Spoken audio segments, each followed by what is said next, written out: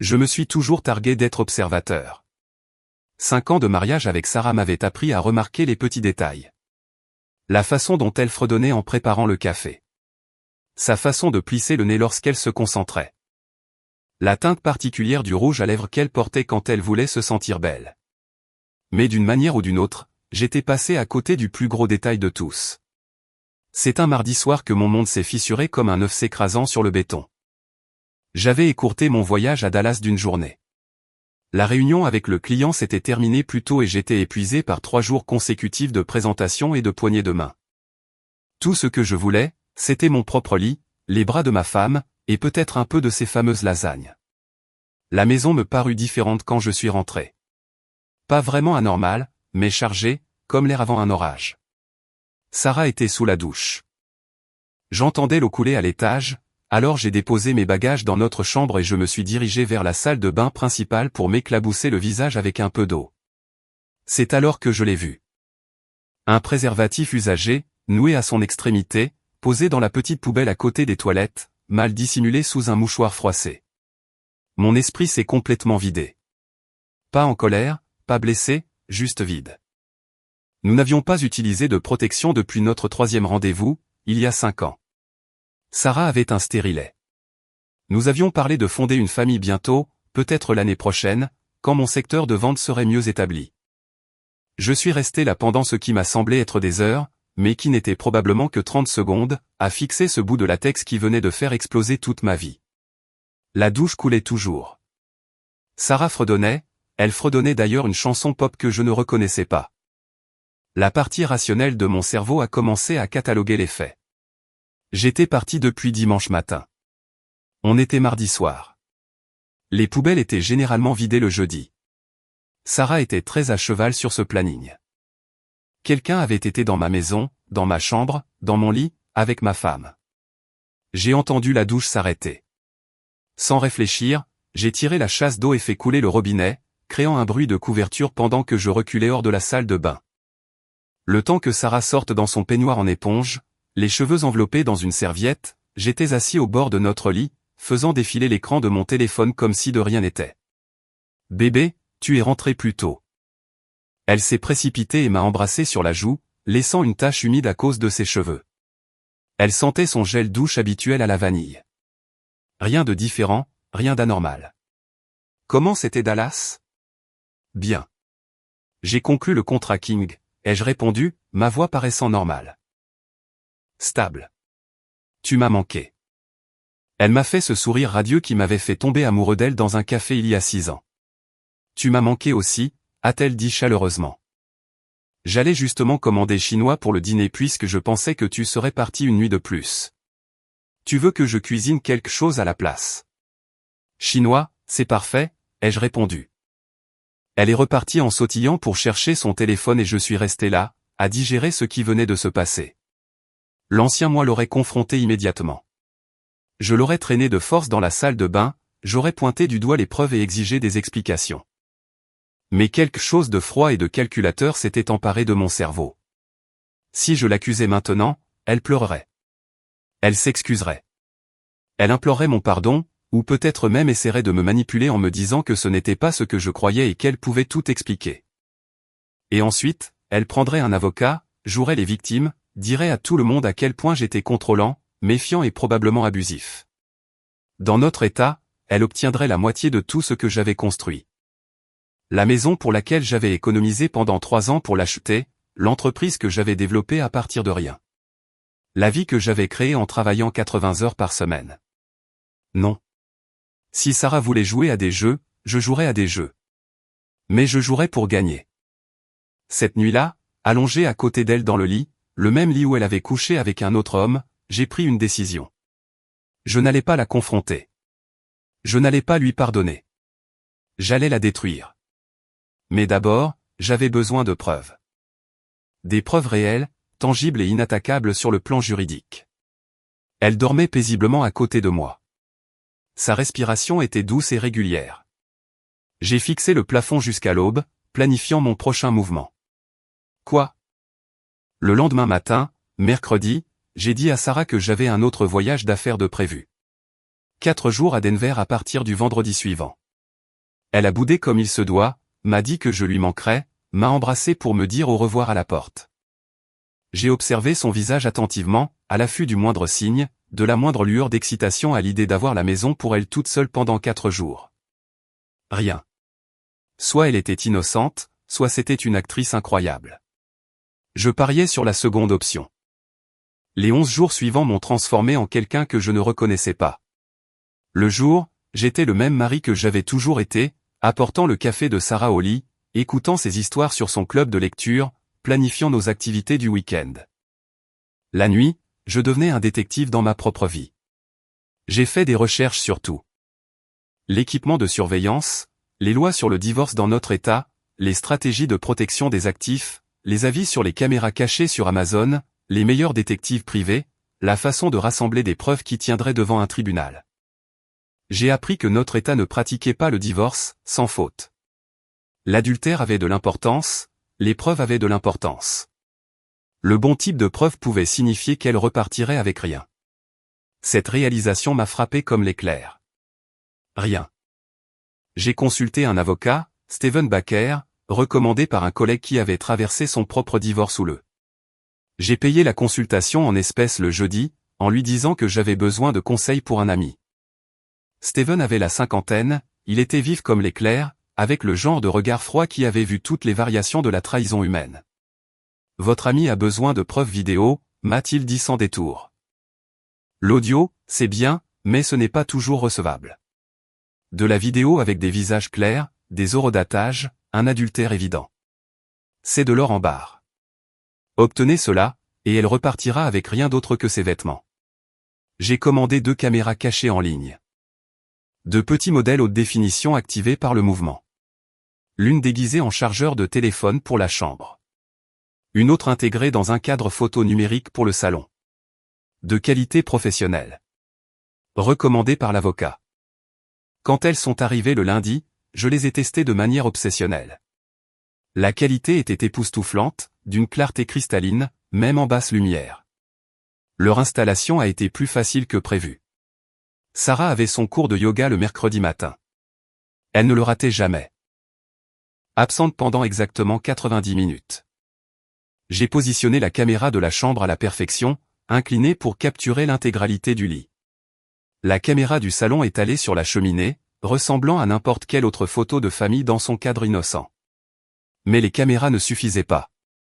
Il m'en fallait plus. Un soir, le jeudi, pendant que Sarah dormait à côté de moi, j'ai fouillé dans son téléphone. Elle était devenue négligente. Pas de changement de code d'accès, c'était toujours la même date d'anniversaire qu'elle utilisait depuis des années. Mes mains tremblaient pendant que je faisais défiler ses messages, mais mon visage restait impassible. Il était là. J'ai qu'emoji biceps dans ses contacts. Des mois de messages remontant à janvier, assez innocents au début. Des horaires de salle de sport, des conseils d'entraînement, mais ils s'étaient intensifiés. Des textos de fin de soirée, des compliments sur sa silhouette, des questions sur son mariage, son bonheur, sa suggestion d'aller prendre un café un de ces jours quand elle a mentionné que je voyageais. Les messages récents m'ont retourné l'estomac. Vivement vendredi. Emoji visage envoyant un baiser. Il sera parti tout le week-end. Juste comme la dernière fois, mais en plus long. J'apporterai du vin. Je n'arrête pas de penser à mardi. Mardi, le jour où j'avais trouvé la protection, il y a 3 jours. J'ai fait des captures d'écran de tout, je les ai sauvegardées sur un disque cloud dont elle ignorait l'existence, puis j'ai supprimé les captures d'écran de son téléphone. Elle n'a pas bougé. La dernière pièce du puzzle s'est mise en place quand j'ai vu clairement sa photo de profil. Jake Foster, 34 ans, entraîneur personnel dans sa salle de sport. Beau d'une façon virile et évidente. Tout en muscles et en sourires arrogants. J'ai mémorisé son visage, son emploi du temps, ses publications sur les réseaux sociaux. Connais ton ennemi. Le vendredi matin est arrivé comme le jour du jugement dernier. J'ai préparé mes affaires avec soin, je me suis assuré que tout paraissait normal. Sarah m'a préparé le petit déjeuner, des pancakes, mes préférés, et m'a accompagné jusqu'à la voiture.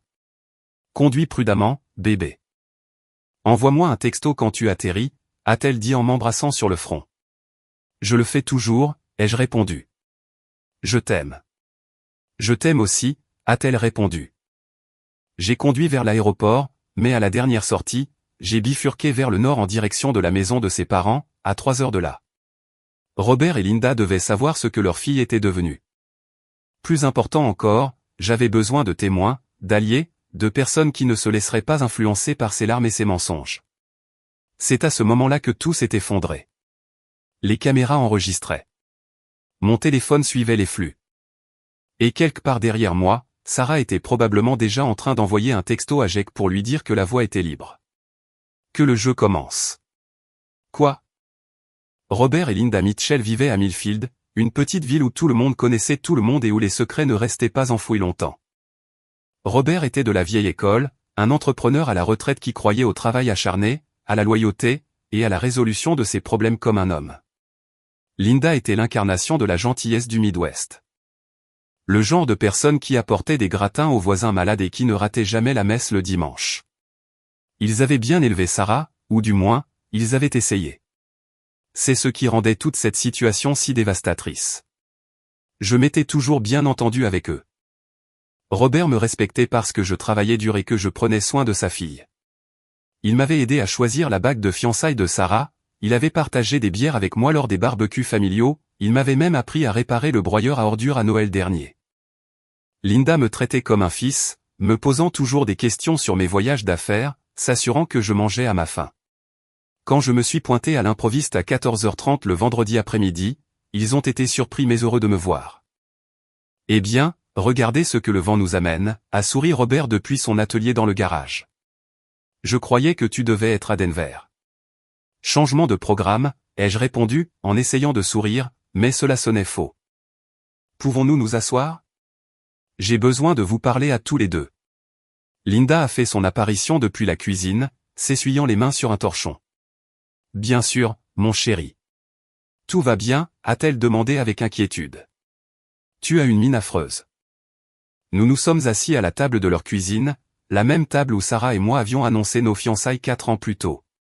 Mes mains étaient stables lorsque j'ai sorti mon téléphone, mais ma voix s'est brisée quand j'ai commencé à parler. J'ai besoin de vous montrer quelque chose à tous les deux à propos de Sarah, et j'ai besoin que vous l'entendiez de ma bouche, pas de la sienne, ai-je dit prudemment. Le sang s'est retiré du visage de Linda. L'expression de Robert s'est durcie. Je leur ai tout raconté. Les SMS, les mois de mensonges, les caméras que j'avais installées, l'avocat que j'avais consulté. Je leur ai montré des captures d'écran des messages entre Sarah et Jake, regardant la main de Linda voler vers sa bouche et la mâchoire de Robert se serrer davantage à chaque révélation.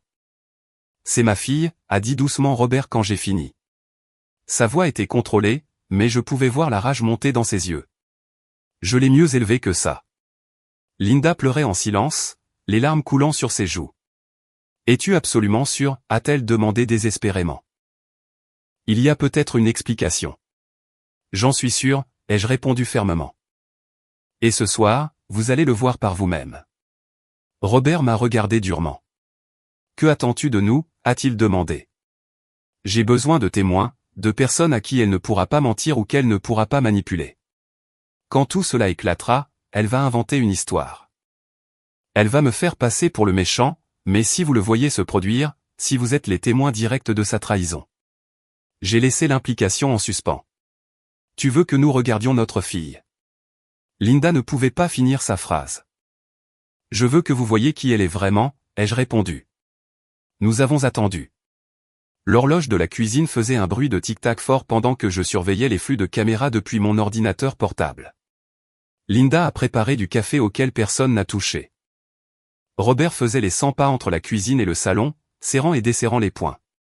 À 18h47, la caméra de la chambre a détecté un mouvement. Sarah se changeait, mettant une robe rouge que je lui avais offerte pour notre anniversaire de mariage l'année dernière. Elle se maquillait soigneusement, se vaporisait du parfum, changeait les draps de notre lit. Elle se prépare, ai-je dit doucement. À 19h23, la caméra de la sonnette que j'avais installée la semaine précédente l'a surpris en train d'arriver. Jake Foster en chair et en os. 1m80, musclé, portant une bouteille de vin et des fleurs. Mes fleurs de mon jardin. D'où Jésus, a marmonné Robert. Le flux du salon les a montrés s'enlaçant dans mon entrée, s'embrassant comme des amants qui auraient été séparés pendant des mois au lieu de quelques jours. Elle l'a conduit dans ma cuisine, lui a servi ma bière, a ri à ses blagues. Ils se sont déplacés vers le canapé, mon canapé, où il l'a attirée près de lui, et elle s'est fondue dans ses bras comme si c'était sa place. Linda sanglotait ouvertement maintenant. Ce n'est pas ma fille, a-t-elle chuchoté. Ce n'est pas la fille que j'ai élevée. Mais ça l'était. C'était Sarah sans son masque, sans son jeu d'actrice. C'était ce qu'elle était vraiment quand elle pensait que personne ne regardait. À 20h15, ils sont montés à l'étage. Robert a attrapé ses clés. Allons-y, a-t-il dit d'un ton sinistre. Le trajet de retour jusqu'à ma maison s'est fait en silence, à l'exception des pleurs discrets de Linda sur la banquette arrière. Je regardais le flux de la caméra de la chambre sur mon téléphone pendant que Robert conduisait, ses jointures blanches sur le volant. Au moment où nous nous sommes garés dans mon allée à 20h41, des vêtements étaient éparpillés sur le sol de ma chambre et ma femme était dans le lit avec un autre homme. « Tu enregistres ça ?» a demandé Robert pendant que nous descendions de la voiture. Chaque seconde, ai-je confirmé. Il a hoché la tête d'un air sombre. Bien. Elle va avoir besoin de voir exactement ce qu'elle est devenue. Quoi? J'ai utilisé ma clé pour déverrouiller la porte d'entrée aussi silencieusement que possible. La maison était chaude, remplie des doux sons de musique jazz provenant de la chaîne hi-fi de la chambre et de voix étouffées à l'étage. Robert me suivait de près, sa respiration contrôlée mais lourde. Nous pouvions les entendre clairement maintenant. Le rire de Sarah, la voix grave de Jake, les bruits incomparables de l'intimité. J'ai sorti mon téléphone et j'ai commencé à enregistrer, mes mains étonnamment stables. C'était le moment. Le moment qui allait tout changer. Nous avons gravi les escaliers lentement, chaque pas étant délibéré. La porte de la chambre était entr'ouverte, la lumière se déversant dans le couloir. À travers l'entrebâillement, je pouvais voir du mouvement, des ombres dansant sur le mur. Ma femme, mon lit, ma maison. J'ai pris une grande inspiration et j'ai ouvert la porte d'un coup de pied. Le cri de Sarah a percé l'air comme une alarme incendie. Elle s'est ruée sur les draps, son visage passant par le choc, la terreur, et quelque chose s'approchant de l'incrédulité. Jake s'est complètement figé, nu et vulnérable, son personnage confiant d'entraîneur de sport s'évaporant instantanément. « C'est quoi ce bordel ?» a-t-il commencé. « Ne dis pas un mot, ai-je dit, ma voix mortellement calme. Ne dis pas un mot. » J'ai levé mon téléphone, enregistrant tout. « Dis bonjour à la caméra, Sarah. » Elle hyperventilait maintenant, serrant le drap contre sa poitrine. « Ce n'est pas.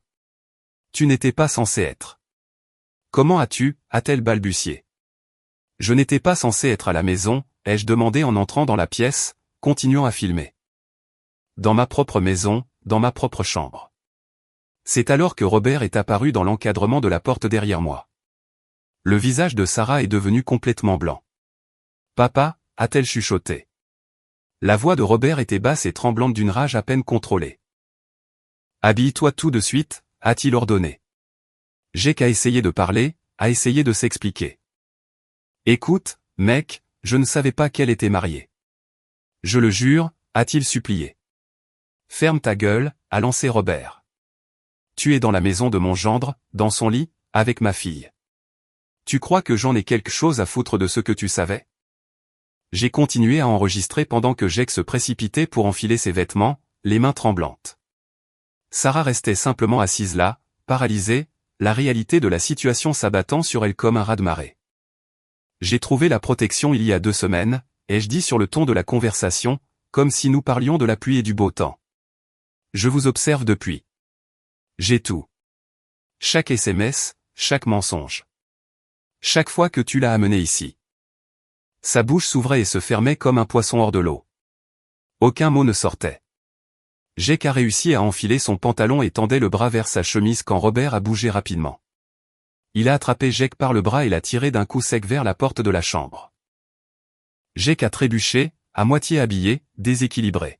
« Papa, ne fais pas ça » a commencé Sarah. « Tu as perdu le droit de m'appeler comme ça il y a environ 3 mois » a grondé Robert en réponse. Il a traîné Jake dans le couloir vers les escaliers. J'ai suivi avec mon téléphone, capturant chaque seconde. Jake a essayé de se dégager, a essayé de raisonner Robert, mais 66 ans de travail dans la construction avaient rendu mon beau-père plus fort qu'il n'en avait l'air. En haut des escaliers, Robert a violemment bousculé Jake. Jake a heurté le mur, a rebondi, a dévalé 3 marches avant de se rattraper. Le poing de Robert a percuté sa mâchoire, un solide crochet du droit qui a envoyé Jake s'écraser contre la rampe. Ça, c'est pour avoir manqué de respect à ma famille, a grogné Robert. Jake a essayé de se couvrir, du sang coulant de son nez. Robert l'a frappé à nouveau, cette fois dans les côtes. Jake a halté, plié en deux. Et ça, c'est pour avoir été assez stupide pour revenir, a ajouté Robert. Je ne suis pas intervenu. J'aurais peut-être dû. Mais regarder cet homme recevoir ce qu'il méritait m'a semblé être la première chose logique depuis 2 semaines. Nous avons traîné Jake jusqu'à la porte d'entrée. Il pleurait maintenant. Pleurait vraiment, marmonnant des excuses et des justifications. Robert lui a donné un violent coup de pied dans le bas du dos alors que nous le jetions sur la pelouse devant la maison. Ne reviens jamais, ai-je dit simplement. Si je te revois, si j'entends seulement prononcer ton nom, je m'assurerai que tout le monde dans cette ville sache exactement ce que tu es. Jake s'est précipité vers sa voiture, laissant une traînée de gouttes de sang sur mon allée. Son moteur a démarré dans un rugissement, et il a démarré en trombe dans la nuit. À l'intérieur, Sarah s'était habillée d'un jean et d'un t-shirt, assise au bord du lit, sanglotant de façon incontrôlable. Linda était arrivée et se tenait dans l'encadrement de la porte, ses propres larmes coulant en silence. « Je t'en prie », a chuchoté Sarah quand elle m'a vu. « Je peux tout expliquer. Ça ne devait pas se passer comme ça. »« Comme quoi ?» ai-je demandé froidement. « Tu n'étais pas censé te faire prendre ?» Elle a regardé son père avec désespoir. « Papa, s'il te plaît » a-t-elle supplié. « J'ai fait une erreur. Je suis désolé. Je suis tellement désolé. » Robert l'a regardé avec un pur dégoût. « Être désolé ne réparera pas ça » a-t-il répondu. Il s'est avancé et l'a giflé fort. Le son a résonné dans la pièce comme un coup de feu. Sarah est tombée en arrière sur le lit, tenant sa joue, regardant son père sous le choc. « Tu t'es déshonoré » a-t-il dit doucement. « Tu nous as déshonorés, ta mère et moi. Tu as déshonoré cet homme qui t'a tout donné. Et pourquoi ? Pour un beau garçon qui oubliera ton nom d'ici la semaine prochaine. » J'ai sorti ma valise et je l'ai posée sur la commode. « Tu as 1 heure pour emballer tout ce que tu peux porter, ensuite tu pars, » ai-je déclaré. « Où suis-je censé aller » a-t-elle demandé avec désespoir. « Je m'en fiche » ai-je répondu. Elle a regardé ses parents une dernière fois. Linda pleurait toujours, mais refusait de croiser le regard de sa fille. Le visage de Robert aurait pu être taillé dans la pierre. « 1 heure » ai-je répété. Le piège s'était refermé à la perfection. C'est maintenant l'heure des retombées. Quoi ? Sarah a essayé d'appeler ses parents ce vendredi soir depuis le premier hôtel qu'elle avait trouvé. Ils n'ont pas répondu. Elle a réessayé samedi matin et dimanche. Le lundi, elle s'est présentée chez eux à Millfield, désespérée et ébouriffée. Robert l'a accueillie à la porte. « Papa, je t'en prie » a-t-elle supplié. « J'ai besoin d'aide. Je n'ai nulle part d'autre où aller. »« Tu aurais dû y penser avant de décider d'être une garce infidèle » a-t-il répondu froidement. Le mot l'a frappé comme un coup physique. Robert ne lui avait jamais parlé de cette façon de toute sa vie. « J'ai juste besoin d'un endroit où rester le temps de m'organiser. »« S'il te plaît » a-t-elle supplié. « Tu n'es pas la bienvenue ici » a-t-il déclaré fermement. Il a commencé à fermer la porte, puis s'est arrêté. « Ta mère veut que je te dise qu'elle prie pour toi, mais la prière ne guérit pas la bêtise, Sarah. Tu as fait ton choix. » La porte s'est refermée au nez. Linda regardait depuis la fenêtre de la cuisine, en larmes, mais elle n'est pas intervenue. Le lundi suivant, exactement 1 semaine après les avoir surpris, j'ai demandé le divorce. Mon avocat, Steven Baker, était comme un requin qui avait senti le sang dans l'eau. Il a envoyé les papiers à Sarah avec une clé USB contenant chaque vidéo, chaque capture d'écran, chaque pièce à conviction que nous avions rassemblée. Son avocat a jeté un œil aux preuves et lui a dit la vérité. Elle n'avait aucun dossier, aucun moyen de pression. Dans notre État, l'adultère annulait tout droit à une pension alimentaire. Elle ne contribuait par aucun revenu à notre mariage. La maison était à mon nom, achetée avant notre mariage. Les voitures étaient à mon nom. Son nom n'apparaissait sur aucun de nos comptes. Elle allait repartir avec rien. Jake a bloqué son numéro après que mon avocat lui a envoyé une mise en demeure le mercredi. Il s'est avéré qu'il était marié, lui aussi. Sa femme a découvert pour Sarah et l'a mis à la porte. Il ne voulait rien avoir à faire avec le désordre qu'il avait contribué à créer. La nouvelle s'est répandue rapidement dans notre cercle social. Sarah a essayé de contacter des amis, mais la plupart avaient déjà choisi leur camp. L'épouse qui a trompé le bon mari, la femme qui a trahi l'homme qui lui avait tout donné. Dans une communauté où les apparences comptaient, Sarah était devenue toxique. Elle a emménagé dans un studio à l'autre bout de la ville, l'endroit le moins cher qu'elle ait pu trouver. Elle a trouvé un travail de serveuse dans une chaîne de restaurants, travaillant les soirs et les week-ends. J'ai entendu par des connaissances communes qu'elle avait essayé de m'écrire des lettres, de laisser des messages vocaux, et même de se pointer à mon immeuble de bureau une fois. Je l'ai bloquée complètement, j'ai changé de numéro, j'ai engagé la sécurité du bâtiment pour la tenir éloignée de mon lieu de travail. Le divorce a été prononcé 3 mois plus tard, 93 jours au total. Différends irréconciliables et adultères. Elle n'a rien eu. Aucun actif, aucune pension alimentaire, aucun accord financier, juste les vêtements qu'elle avait emballés ce vendredi soir-là et les quelques meubles qu'elle pouvait se permettre avec un salaire de serveuse. Ses parents ne lui ont plus jamais parlé. Linda est morte 8 mois plus tard, d'une crise cardiaque, mais Robert a rendu la trahison de Sarah responsable du stress qui a tué sa femme. Sarah n'était pas la bienvenue aux funérailles. La maison m'a paru étrange pendant un moment, trop calme. J'ai repeint la chambre, j'ai acheté un nouveau lit, remplacé les draps et les rideaux, vendu sa voiture, supprimé chaque photo d'elle de mon téléphone et de mon ordinateur. J'ai recommencé à fréquenter des femmes au bout de 6 mois. Rien de sérieux, juste des dîners et des films avec des femmes qui ne connaissaient pas mon histoire. Ça faisait du bien de se rappeler que tout le monde n'était pas menteur. Les gens me demandaient parfois si je regrettais d'avoir été aussi dur avec Sarah, si je pensais avoir été trop cruel, trop calculateur. Je n'ai jamais répondu à ces questions. Je ne devais d'explication à personne pour m'être protégé d'une femme qui avait jeté par la fenêtre 5 années de mariage pour des frissons à bas prix. Sarah a fait son choix. J'ai simplement veillé à ce qu'elle vive avec les conséquences. Quoi? Cela fait 18 mois maintenant depuis ce fameux mardi où j'ai découvert la vérité. Je suis assis dans ma cuisine. Ma cuisine, en train de boire mon café matinal et de lire les nouvelles sur ma tablette. La maison est calme, mais c'est un bon calme maintenant. Paisible plutôt que vide. Je ne pense plus à Sarah tous les jours. Peut-être une fois par semaine, généralement quand quelque chose me la rappelle, une chanson à la radio, un couple se tenant la main au supermarché, la date anniversaire de notre mariage qui passe inaperçue. Mais ces pensées ne font plus mal. Ce ne sont plus que des souvenirs, comme ce souvenir d'un film que j'aurais regardé il y a des années. Le mois dernier, j'ai entendu par l'ami d'un ami qu'elle travaille toujours dans ce restaurant, vit toujours dans ce studio, et est toujours seule. Je ne ressens aucun sentiment de victoire à ce sujet. Je ne me sens pas justifié. Je ne ressens juste rien. Et c'est exactement ce qu'il faut. Les gens me demandaient souvent si je lui pardonnerais un jour, si j'envisagerais de la reprendre si elle suppliait assez fort.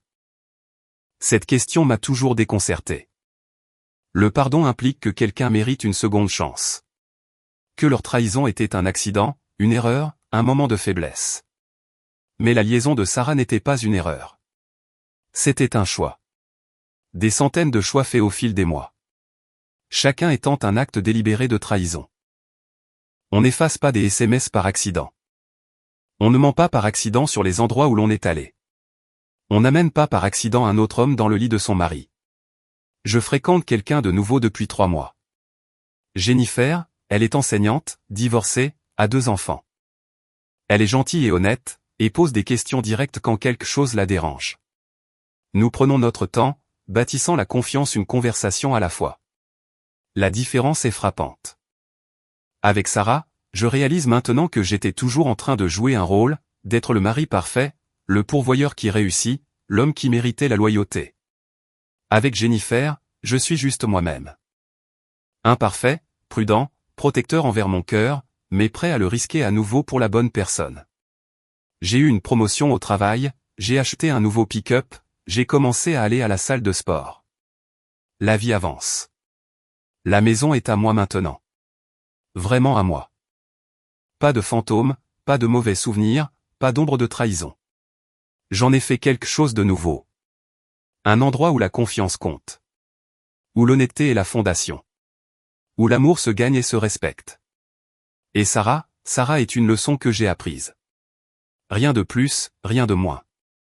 Parfois, la meilleure vengeance n'est pas élaborée ou dramatique.